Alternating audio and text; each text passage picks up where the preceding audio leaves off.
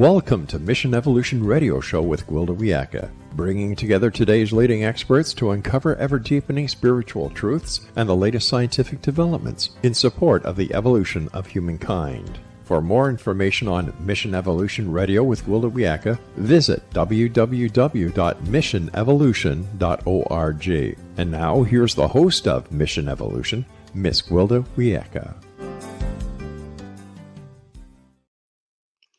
Mission Evolution is coming to you on the X-Zone Broadcast Network, X-Zone TV on Simul TV Channel 32 from our broadcast studios in St. Catharines, Ontario, Canada. This hour, we'll explore a new approach to breaking the chains of addiction. Most of us have dealt with addiction in one form or another. There are many approaches to treating it which have varying degrees of success. Is there a new tactic to treating addiction? Is there a more reliable technique to break its chains? With us this hour to consider possible alternative methods to address the problem of addiction is addiction treatment specialist TJ Woodward. TJ is the author of Conscious Recovery, A Fresh Perspective on Addiction. His website, tjwoodward.com.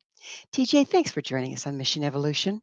Oh, thank you so much. I'm delighted to be here for this conversation and an important way to offer some people some new ways to not only view addiction, but to break the chains, as you're saying. So I'm looking forward to the conversation.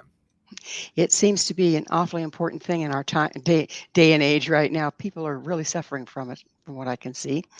TJ, would you mind telling us a little bit about yourself? Yeah, I mean, I'll start with sort of professionally who I am, and then I'll give a little bit of some of my personal story that led me to doing, why do I do what I do? But I've been working in the addiction treatment field since 2008. And when I came into the field, I came in kind of through the side door, if you will. My education and my experience is all in spirituality. And one of the conversations I'm so passionate about is science and spirituality and how they're meeting right now in this time in our evolution. In other words, like my friends who are PhDs and scientists are coming to very similar conclusions that I'm coming from a spiritual lens, and we're coming to the same awareness. And that awareness is, what if underneath all addictive behavior, there's still an essential self that is whole and perfect? And what difference would it create based on how we view someone with an addiction? In other words, if I'm looking at someone as broken and I'm diagnosing and treating them, there are more limited results. If in addition to that, I'm also saying, what might get created if I were to start to look for the inherent wholeness in a person and their own ability to heal? So that's really what I'm most passionate about. Well, that's a good thing to be passionate about, because there certainly seems to be some missing elements, because we have been fighting and treating addiction for generations, and particularly lately, and with varying success. So would you mind defining addiction as we're going to be working with it? I mean, it's a buzzword, but what exactly is it? Well, there are many different ways to define addiction. So there's no way I'm going to say mine is the absolute definition of addiction. But when I talk about addiction, I use a really broad umbrella, because I'm sure there are clinical definitions of addiction. And honestly, I think that's where we've gotten in trouble in some ways, because we've looked at it only clinically or only through this one very narrow definition. To me, addiction is anything, any substance, any behavior, or even any human that we're using to try to fix something that feels broken within. And then it becomes repetitive, and that's when we become addicted. In other words, we feel damaged and broken. We find something outside of ourselves that brings relief from that. And then we continue to use that over and over and over again. And I guess we would say the line that crosses over to addiction is when it's no longer really helping us or serving us the way it once did, but we're continuing to do it anyway. So we're not just talking about alcohol and drug addiction. We're talking about sugar addiction, food addiction, relationship addiction, shopping addiction. Are we on the same page here? We sure are. And you know, if we look at culture, Western culture, you know, the United States, maybe Canada, some of the Western, we really have a lot of addictions that maybe we wouldn't identify it. You know, like we're addicted to drama a lot, you know, in the media. We're, like you said, addicted to shopping. And sometimes when we have such a narrow focus on addiction as just drugs and alcohol, of course, that's one part of it. but it's much broader. And then in that way, I think more and more of us can relate. Oh yeah, in some way, I've definitely had some sort of addiction. So, say for instance, workaholism. I mean, that looks very functional, right? You're a hard worker. When can you tell when it's kind of gone over the line and we're looking at addictive behavior versus creative behavior? Well, one of the frameworks that I use in my work is this idea that we are carrying around core false beliefs. And then, because of these core false beliefs, we develop what I call brilliant strategies. Some might call a coping mechanism. I've reframed it. The reason I'm starting with that is, as you said, if someone has what we might call workaholism, there's a lot of support for it. They're high achievers, they're doing really well, whether they have their own company, they're a CEO, or they're an employee who's working really hard. Where it crosses the line for me is when that brilliant strategy is no longer brilliant. So let me break it down a little bit, because a lot of times with workaholism, not always, but a lot of times, the core false belief that is often buried very deeply in the unconscious might be, I'm not worthy. And this is developed really early in life. And one of the ways we feel worthy is by achieving. Maybe we get love and acceptance from our teachers, our parents, and then we develop that as a strategy. And then when we're doing it and it seems to be serving us, of course, it's great. When we cross a line and we're realizing that more we're doing this, it's actually not helping us feel worthy, it's having the counter effect, that's when we can start to say it's most likely an addiction. So in some ways, it's very simple, but we have to decide that for ourselves. Where is that line when it shifts from it is a brilliant strategy that is serving me to it's a strategy that's actually not getting what I truly desire? So we've seen in the past 20 years, particularly teenagers, just achieving beautifully in school. They're in every sports there is. They're valedictorian. And all of a sudden, they commit suicide. And people go, "What happened?" Is this an example of when a good coping mechanism goes bad? I think it absolutely can be. That's exactly right. Because what we know is that the strategy, when it's developed, and like I said, usually early on, it is something that helps us manage or cope. But I actually think it helps us thrive in some ways. But there's a line that gets crossed, and then we're really believing that if I don't achieve, like I've worked with people, for example, who look really very successful on the outside. Um, One in particular I'm thinking of, and of course I won't give the details of the person, but she was a lawyer and she wanted to make partner, and she had always gotten everything she'd ever wanted. And she worked so hard to become a partner in her law firm, and working 80 hours a week, 90 hours a week. And then the day came and she didn't get partner, and her whole world collapsed because she had hooked everything, her entire identity and her existence, on not only being a lawyer, but making partner in her firm. So these are the examples of somehow she looked really great and successful on the outside, but when that day came, her whole world collapsed. So, what is it, TJ, that causes us to attach our self worth on something outside of ourself? It seems like that's maybe the core problem here. It really is. And I've identified the three root causes of addictive tendencies as unresolved trauma, spiritual disconnection, and toxic shame. And if we look at culture now, there is a big focus on unresolved trauma. We're talking about it more and more. And that's another thing we could, do probably a whole show on, like what is trauma, but we're also talking about shame. And when these three things, or two out of three of these things, exist in one person, we end up often, very often, looking outside of ourselves to try to assuage this sense of emptiness inside. And I think that's really, if we, to use a term, that's really a pandemic in our culture now, is this outer seeking. And then, of course, with social media and everything else, it gets even more and more deeply entrenched that we become an image of ourselves rather than being authentically who we are. Aren't we also being, you mentioned social media, media in general, advertising, aren't we kind of being fed the very things that we become addicted to? 100%. And through social media, through advertising, through just culture in general, I think all of us, or many of us, I would say, or maybe I could even say the vast majority, have what I call a destination addiction. Once I get this, I will be happy. Maybe it's a degree, maybe it's a partner. Once I have my first child, I'll be happy. Once, like I said, make partner in the law firm. Whatever it is, there's a lot of times, a lot of focus for many of us on what's next instead of what's now. And that causes, I think, a sense of emptiness or a sense of dissatisfaction that creates this longing for relief. But who's in the now? I mean, if you're in the now, you're standing there in a room full of people very much alone, from what I've experienced. When did we leave the now and why? Well, I think we get trained at a very early age to leave the now. I can tell you a perfect example of this. I remember when my nephew went to kindergarten and I called him after, I think it was the day after his first day of school, or maybe the night, whatever it was, right at the beginning. And I was talking to him. He's a 5-year-old. And I said, "Orion, how is school?" And he said, "Silly uncle." Literally, he said, "Silly uncle. I'm not in school. I'm talking to you." Now that's being in the now. That's being in the now. And what the information that tells us is that that's actually innate, but we start teaching people how to not live in the now. So I agree with you that when we return to the now, it might feel lonely. The more and more we practice being in the now, some really miraculous things start to happen.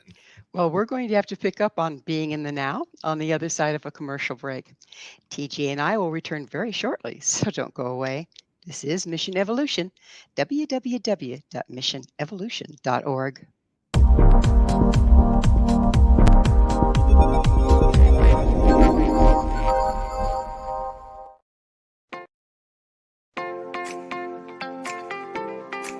Are you interested in evolving with the times and becoming all you can be? Don't you wish there was one place to find the latest information to help guide you through the process?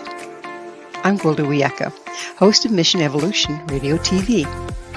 Join me on my mission to find the latest evolutionary knowledge and tools.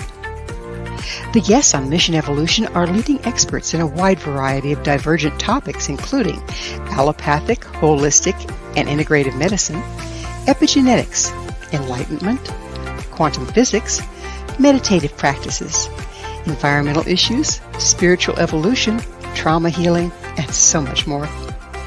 Mission Evolution Radio TV is aired worldwide through the X-Zone Broadcast Network, X-Zone TV Channel 32 on Simul TV. You can enjoy our archives of radio or TV shows with our compliments at www.missionevolution.org. Come see the amazing lineup of guests and topics. With more than 200 episodes to choose from, you're sure to find what you're looking for. Visit www.missionevolution.org.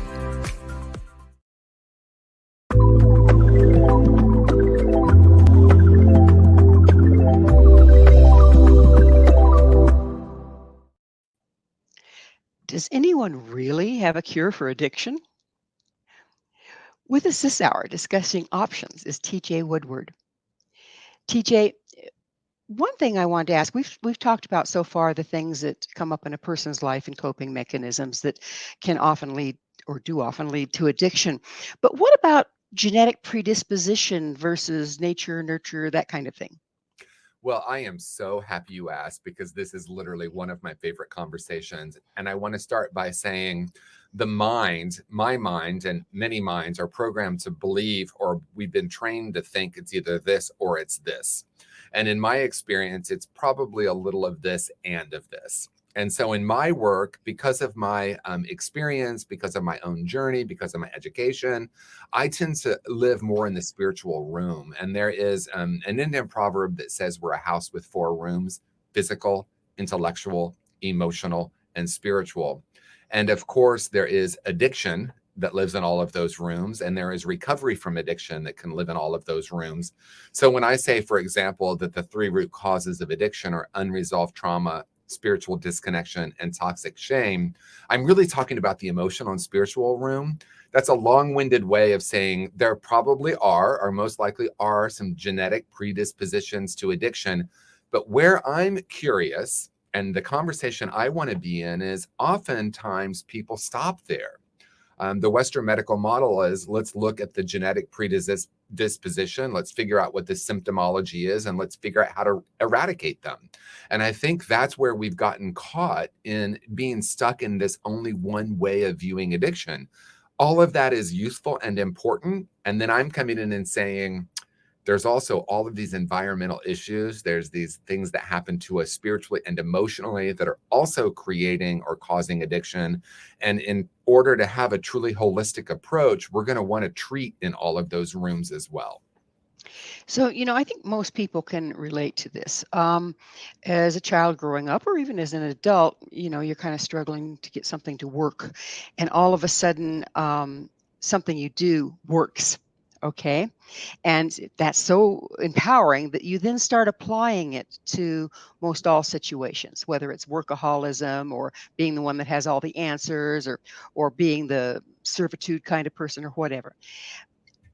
Can we backtrack and find those places and rewrite them? 100%. And the key to this, and I love what you're bringing to the conversation, the key to it is most often, I would say high 90 percentile of most often, this is happening in the unconscious. Most of us aren't even aware of why we do what we do, right? And that's why in my work, I talk about bringing the unconscious into conscious awareness. Carl Jung says, until we make the unconscious conscious, it will direct our life, and we will call it fate. And that really is what we're looking at here. And the key here is most of us develop not only these core false beliefs, but the brilliant strategies to manage the beliefs at a time when our brain isn't even developed. In other words, someone has an intense trauma, let's say at age 5. They don't even have a cognitive understanding of what's happening. They have an intense experience, and they end up burying the experience, not only the memory of it, but also the experience of what they decided about themselves in the world. And then they find something, as you said, that brings relief, and it works brilliantly. And then they find themselves as an adult, when things get difficult, they go back to this automatic response that they did when they were a child. And the key here is it's not an intellectual process. We don't talk ourselves out of the core false belief or the brilliant strategy. A wise person once said there are 3 steps: awareness, awareness, and awareness. So, becoming aware of our unconscious operation, how do you even start that? I mean, it's unconscious, right? So, how do you get there?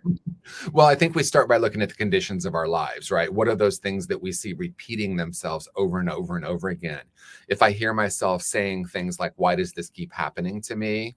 I thought this relationship was going to be different. I don't know what it is, but every time I find a new person to be in a relationship with, they seem different. But 6 months or a year into it, all the same dynamics are coming up. And it's very important. And I like to add something here. I don't mean we want to shift our blaming the world to blaming ourselves. We want to look at, what is it about me that I keep choosing this? Not from a place of what's wrong here, but from a place of what's wanting to heal. So, is there really a place for blame in this operation at all? Well, if you want to stay stuck.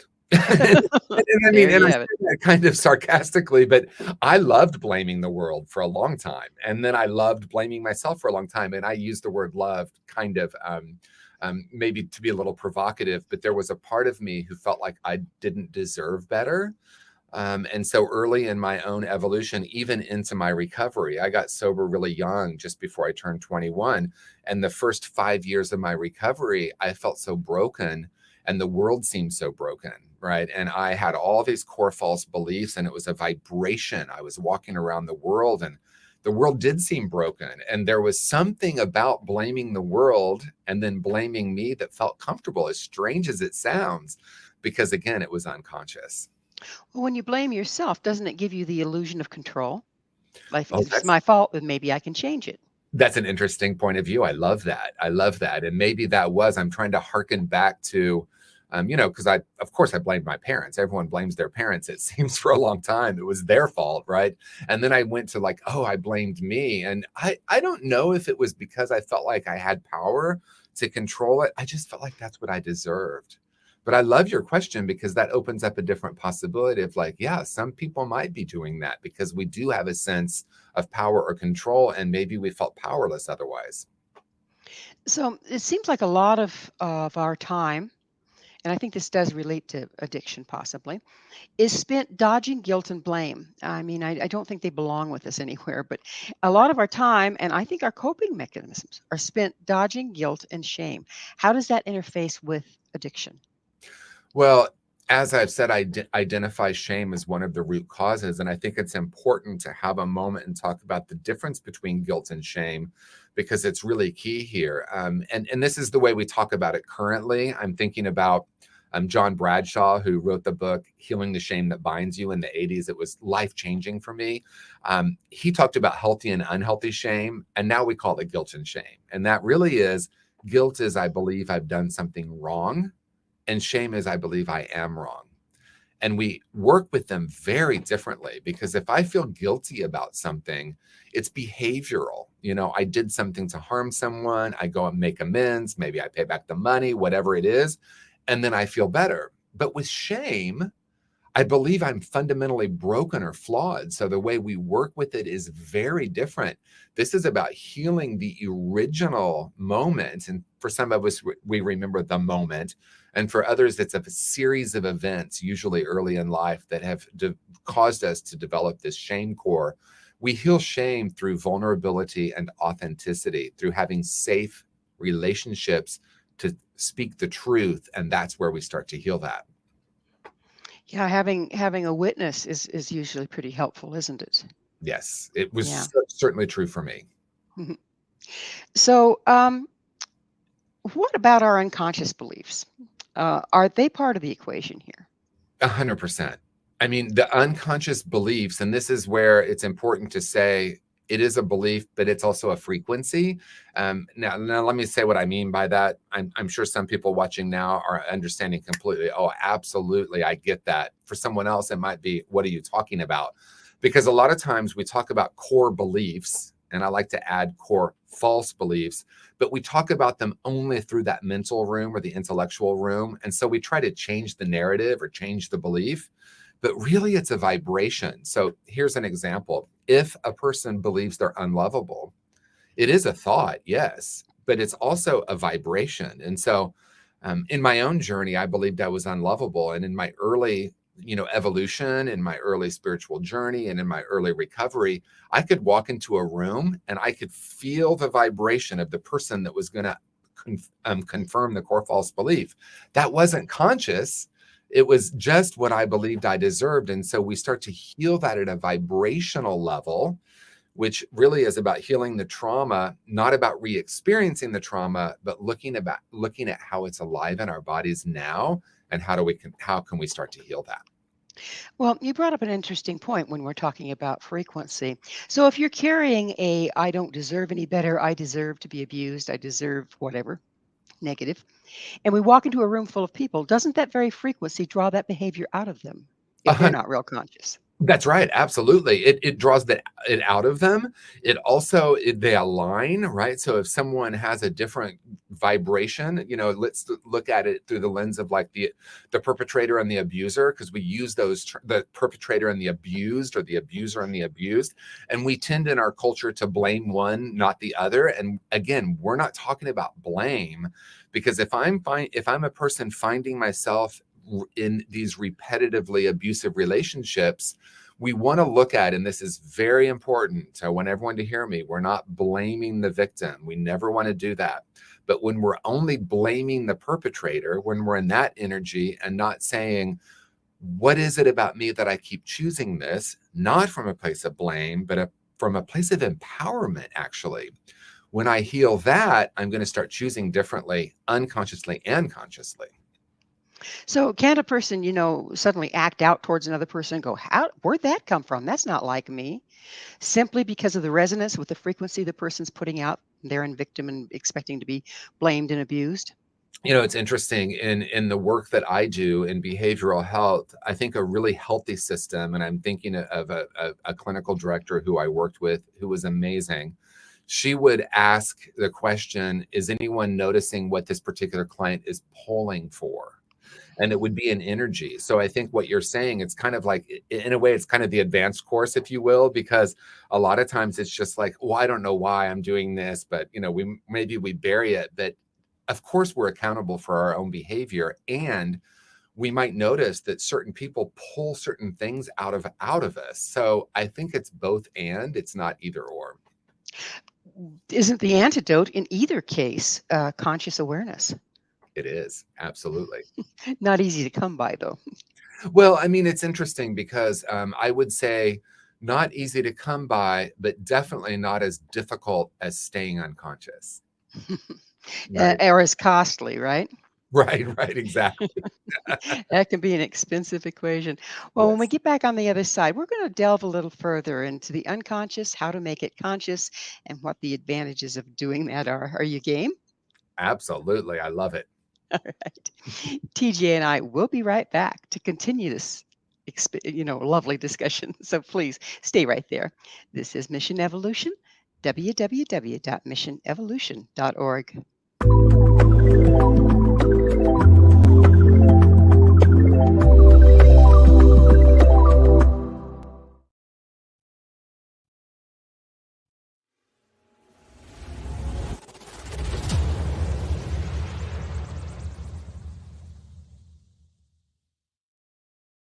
So I was watching the X Zone TV channel last night when I was abducted by aliens, and they kept repeating to me over and over again, simultv.com, simultv.com. What's simultv.com? That's what I asked them. They had it written on the side of their UFO. How do you spell that? UFO. No, I mean simultv.com. simultv.com. simultv.com. Right. simultv.com. Interesting that you were abducted by aliens in a simultv.com UFO last night. Oh, yeah? Yeah. Now that you mention it, I remember now last night I was awakened from a deep sleep. My great-grandmother was standing there. She said she come from the hereafter to tell me about simultv.com. She even spelled it out for me. simultv.com, sonny boy. simultv.com. simultv.com, sonny boy. Wow. Yeah. Guys, you'll never guess what my psychic guru just told me. simultv.com. Exactly. Are you guys psychic too? Of course. We all know about simultv.com. simultv.com.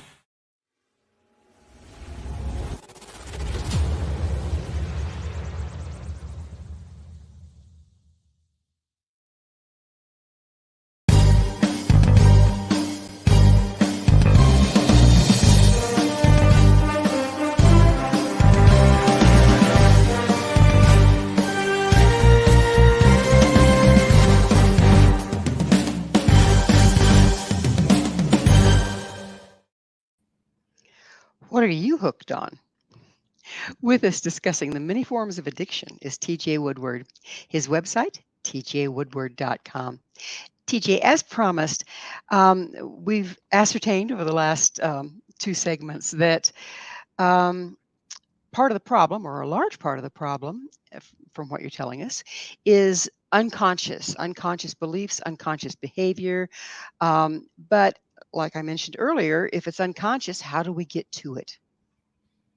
Well, as we kind of started the conversation, and I love that we're going to go deeper into it now, we look at the conditions of our life that repeat. I find that that's the number one way people are aware. When we look at addiction, or when we look at what we call a coping mechanism, which I call a brilliant strategy, they're not problematic to us until they cause problems for us, right? So we don't call it an addiction as long as it's working. We call it fun.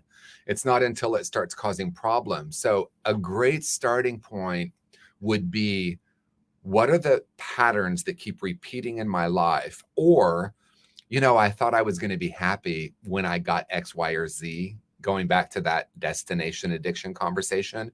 We get the promotion. We're still not happy. I remember when I did a vision board, which is really a visualization board, and I manifested everything on the board. And I thought, is this all there is?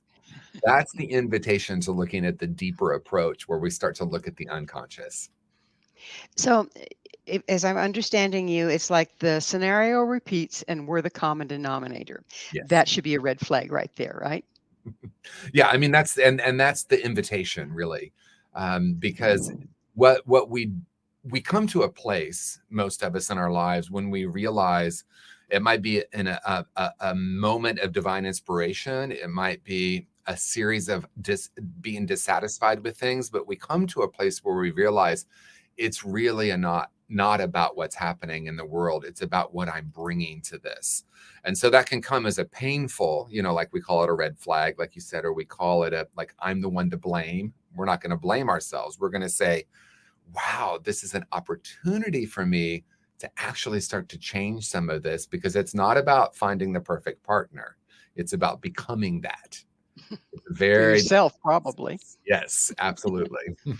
So when we are in trauma, and if it's severe enough trauma, or we're young enough and have no wherewithal to process it, we forget about it and stuff it into the unconscious. Okay, we decided that early on. Mhm. But it seems to me like you're looking at a lot of pain. And the incident is still carrying the charge that the young child dealt with, feeling overwhelmed and no way to deal with it. Doesn't it feel the same when we dive into it? And how do we move beyond that fear, avoidance, that sort of thing? Well, I think you're now into the $1 million question, right? And please feel free to send me $1 million when I answer this. But no, this really is, I think, the deeper approach here, because just as you said, 100%, we are often running from the pain of the experience, and it's unconscious. Anything we can do to not feel it. And the greatest paradox is the only way to get through it is to feel it.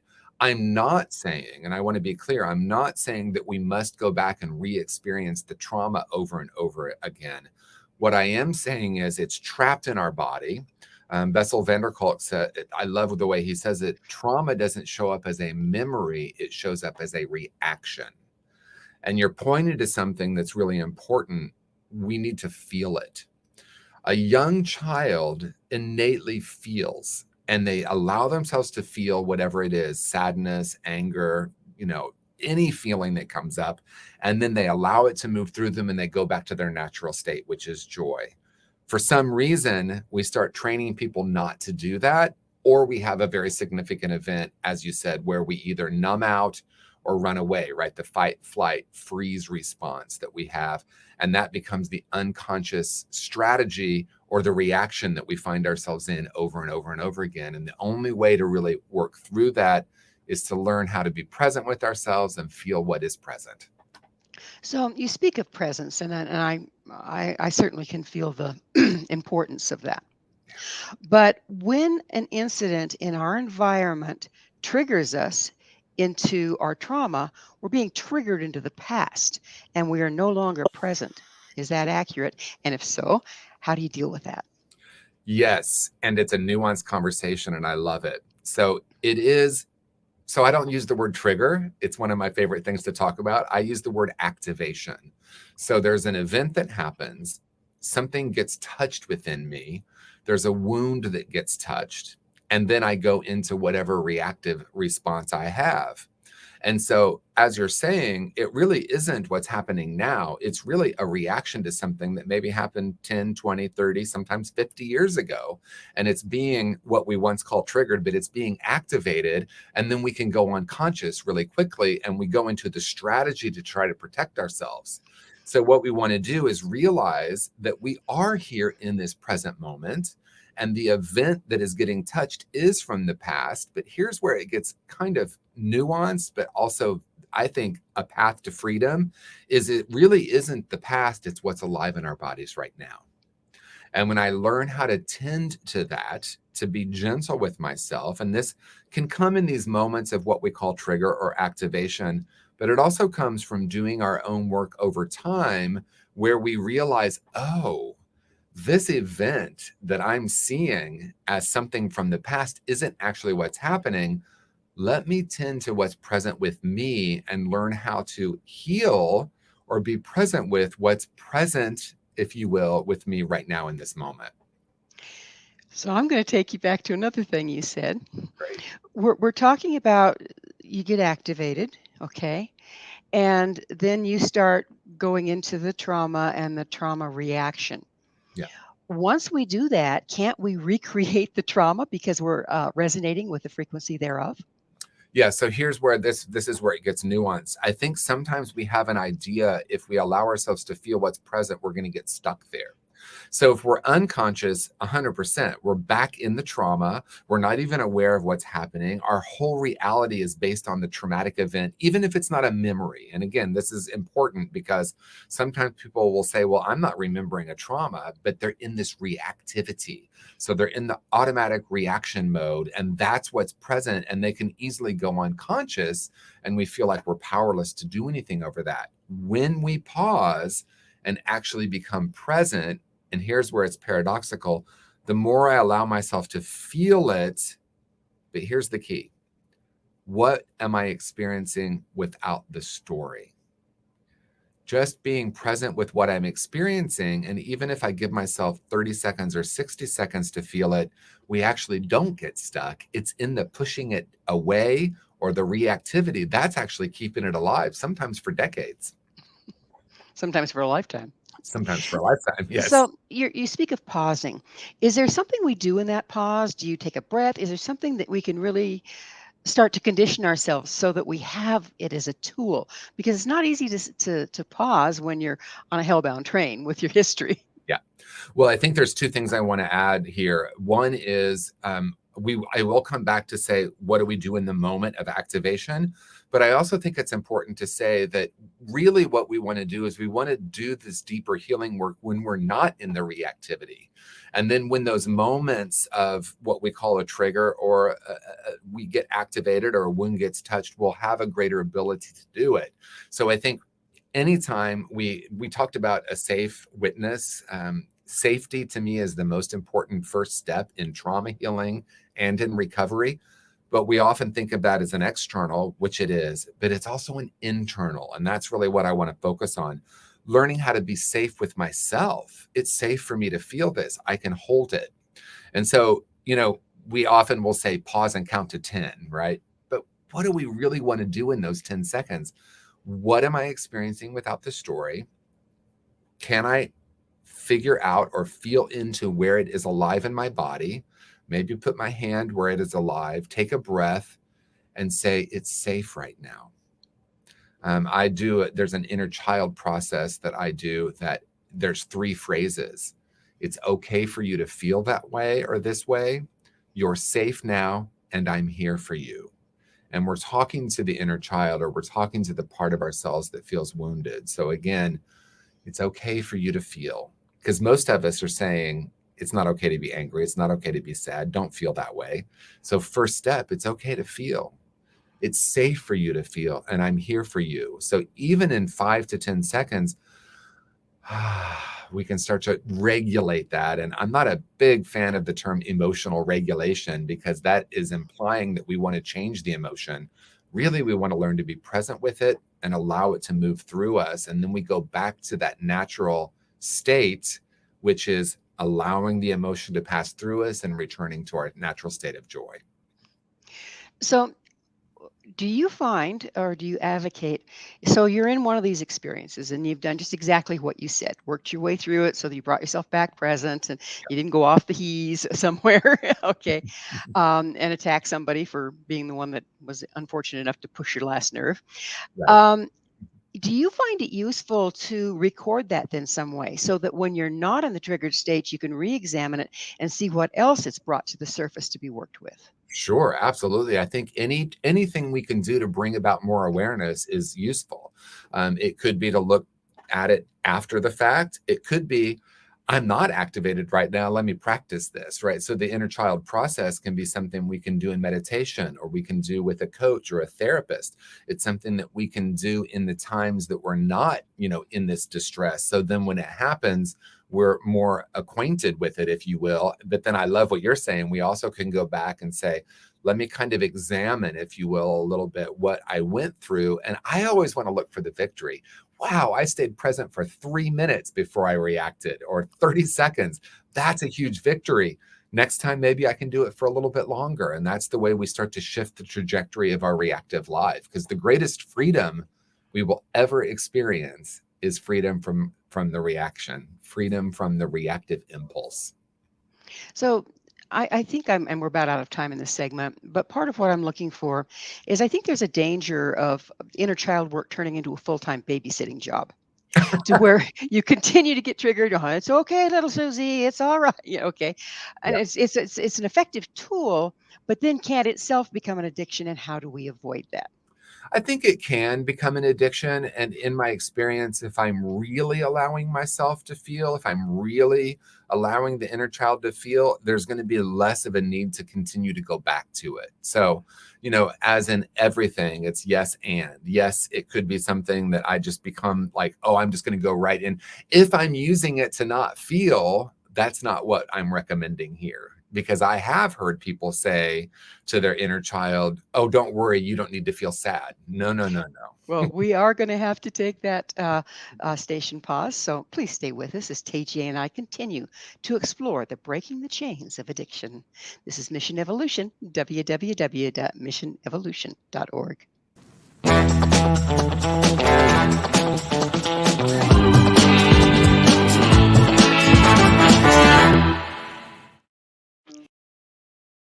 Do you have a product or service you'd like to promote to a worldwide audience? Imagine your product featured on Mission Evolution Radio TV. If you're interested in showcasing your work, Mission Evolution is broadcast to the X-Zone TV Channel 32 Simul TV, on the X-Zone Broadcast Network, YouTube, iTunes, iHeartRadio, Amazon Music, Audible, and many other audio and social media platforms. Our professional studios can produce and broadcast your custom high-quality ad. It will be permanently embedded in each episode and featured in the archives for years to come. Together, we can make it happen. Contact us at info@missionevolution.org for more details. Spaces are limited, so don't miss out on this great opportunity. Email info@missionevolution.org today.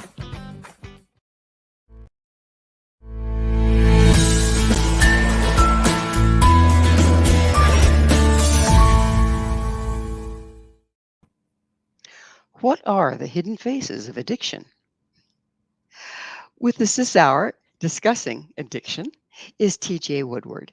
His website, tjwoodward.com. TJ,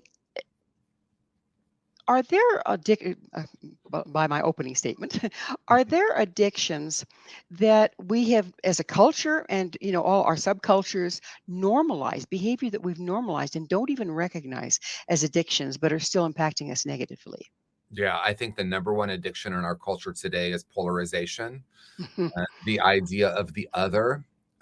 If you look historically throughout human history, the instinct to create the other was about survival, and that happens in the animal kingdom, right? So we have our tribe, we have our pack, we have our group, so that we can stay safe. And that has served us in some way. So if you look at this sort of through the lens of what we've been talking about, that was a brilliant strategy for survival. And now we want to ask ourselves, are we more than just animals? Are we also spiritual beings? Are we also intellectual beings? Are we also emotional beings? And what's the next level of evolution that is required, quite frankly, for the survival of the planet, but also for us to live in a more harmonious way? So I would say the number one addiction that I see in our culture is othering. And it's in this idea of me and you and us and them and good and bad and right and wrong. And the media propagates this, and it's very seductive. And you could also call it the human ego. But that, to me, that's the number one addiction that everything in some way is stemming from. Doesn't othering serve to give us a place to project all that shame and guilt that we don't want to deal with?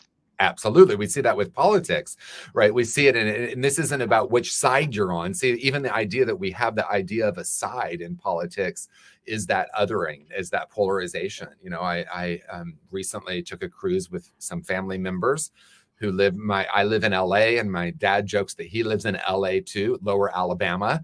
And we were talking about how if we were to interview people from one LA and the other LA, what judgment they might have about the other group. And then if you sit down and actually talk with someone, we're more alike than we are different, right? So it's not about not acknowledging the other or the things that are unique or separate, seemingly separate, seemingly different, but it's about honoring that, but also realizing that that's not the truth of who we are. That's what we have, not who we are. And this is the way we've been getting along, and actually, I think being exploited for generations, isn't it? Yes. I mean, every war is based on that. Literally every war. This is mine, not yours. This is, my holy place, not yours. It's this idea of an other. And so, we can't solve, and I believe it's Einstein, at least is said to have said this, but you can't solve the problem from the same level of consciousness that created it. So we can have peace talks, we can, all the things that we try to do. But until we have a shift in consciousness, which is moving beyond the tribalism, if you will, or the othering, that's the only way we're really going to create a different planet. And it's happening right now on planet Earth. I feel it. Thank heavens, right? Thank heavens. So we've been talking a lot about spirit. Okay. And that's kind of a strange term that gets bantered around a lot. What are you talking about when you're talking about healing the spiritual aspect or spirit? So for me, it's really important that people identify what that means to them, right? So like not my definition. People will often ask me, well, what does spirituality mean to you? And I will often ask, well, what does it mean to you? But I am willing to answer your question. When I talk about spirituality, I'm talking about a realization that we come into this world as a whole and perfect being. And if that doesn't work, we could say we come in as a blank canvas and then get programmed by the world.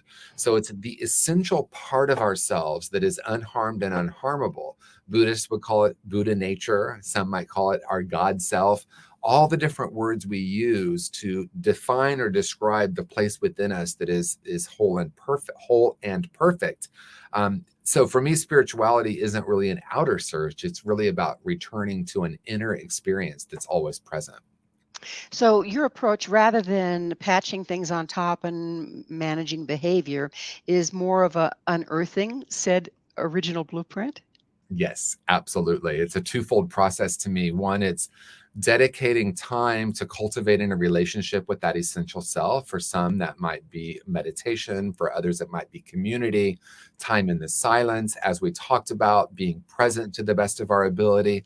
And then the other part of the process is all the unlearning. It's the excavation, it's the exploration of all the ideas we've been fed or we've believed about ourselves that have gotten concretized in our unconscious. So it's pretty much questioning and unlearning just about everything I've ever believed. I had someone tell me one time, and I really kind of liked this. They said one of the ways to figure out that true aspect of yourself is, what do you admire most? What do you value most in others? Because that's a reflection of that part of yourself. So if we access this blueprint, okay, first by seeing what we admire in others, but then finally being able to resonate with it, does that then become the blueprint that we hold up against our behavior or the patterns that have come into our lives since the point that we came in? Yes, once I have reconnected, and reconnected is only the mind because we're not really disconnected. But once I dedicate time to cultivating that relationship, it's like the patterns in our life start to shift. Almost, it feels like magic, right? So we do work in the physical world. We do work on our communication skills and our relationships. But what I'm saying and what you're saying is, once we really dedicate ourselves to really coming from this essential beingness, if you will, the conditions of the world become not only less significant, but they seem to start to change automatically. In other words, when I start to have different core false beliefs that change those to core conclusions about my own inherent wholeness, I start to see that everywhere in the world. And just like you said, that projection that I see in others, what I possess within myself. So when I see someone being a kind and loving and open person, I also realize that is also true for me. But it's a matter of unburying it through all the patterns, isn't it? Right. Absolutely. It seems like we're told who we are, what our motivations are from childhood. How many times have you heard somebody say, well, you think you're such and such and such and such, right? I mean, it's so common. Our parents do it, our teachers do it. How does one recognize what we've been programmed to be versus who we are? Yeah, I mean, I think one example is that, I mean, there's so many examples, right? But we say to a young child, what are you going to be when you grow up? And really what we're saying is, what role are you going to play? Or like Mhm. you said, we end up labeling, and this happens in family systems all the time. Well, you're just the selfish one, or you're just the gentle one. Regardless of whether we consider it negative or positive, we get fed all of this. I also think about astrology. I mean, astrology is a science, but the way a lot of us use it is, like, I'm a Leo, so I grew up being told you're outgoing, you're open, you're gregarious, people are going to love you, but you're also very selfish and self-centered. And all these messages came to me just because the day of the year I was born, right? And so how much of that did I absorb and say, oh, that must be true, right? So we end up, creating our lives based on these ideas that we've absorbed about ourselves. There's another aspect to this I'd like to delve into a little while with you, and that is we do come with certain tendencies. We do come with certain frequencies that are ours to surf this lifetime. Yes. But rather than labeling them, how can we transmute them to our advantage, to be all that we can be versus limited by the I'm a Leo and therefore I'm going to be vain. Okay. Well, it's interesting because when we tend to think of certain things as negative and certain things as positive, right? And what if all of it is useful, and in some ways it might not be useful? In other words, I'm a very independent person. So when the volume on that independence is at a certain level, then it becomes very useful, right? I'm a self-starter, I'm entrepreneurial, I've started businesses, I've done all these amazing things. But when I have that volume turned way up, then it becomes, I don't need you. It becomes isolating. So it is true, I'm guessing, that we come in with certain tendencies, right? So this is the age-old question of nature and nurture. And like we said before, what if it's both, right? What if I came in with certain tendencies, and then at the same time I was programmed? And part of the program, if you will, is this idea that it might be positive or negative, right? Like, one of my siblings was told she was selfish a lot growing up. And it's like, that's a big burden to put on a little child, right? And, Absolutely.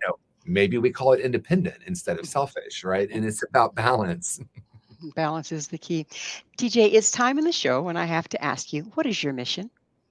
It's interesting. At one point in a period where I was in a major transition, I wrote my personal mission statement. And my personal mission statement hasn't changed. And so I can actually answer that with my own mission statement. It changed my life when I did this.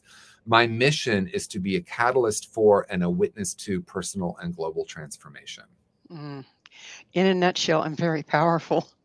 Thank you. So, to wrap this up, how does one choose a recovery path and support system for their personal long term health and recovery? Well, I think, it's always about that. It's a big question, right? Because if we're talking about, there's an outside and there's an inside, there's the inside job and the outside. And for me, it started with finding safe community. So I think if a person who's watching right now, maybe having a time when they're questioning some of their behavior, is this an addiction? I always want to say, let's start with professional help, right? Let's start with finding a therapist or a counselor or a coach that can help us get in touch with what's true for us. And then from there are a lot of different communities that one can find. And what I'll say is, there's no one size fits all. So, find what's true for you. What I will say, though, is community is such an important part. Maybe it's just because I'm an extrovert, but it really was such an important part of my journey in the beginning. So I was in different support groups that really did serve me. Well, real quickly, TJ, because we're out of time here, where do people find your book? TJWoodward.com. You can find all my books and all the information about me there. Fantastic. Well, TJ, thank you so much for your service to the world and for coming on the show. Thank you. It's been a true honor being in this conversation. Our guest this hour has been TJ Woodward, the author of Conscious Recovery, A Fresh Perspective on Addiction. His website, tjwoodward.com. This has been Mission Evolution with Gwilda Wiyaka. For more information or to visit past archived episodes, visit our website, missionevolution.org. But most importantly, please be sure to join us right here next time as this mission continues, bringing information, resources, and support to our evolving world.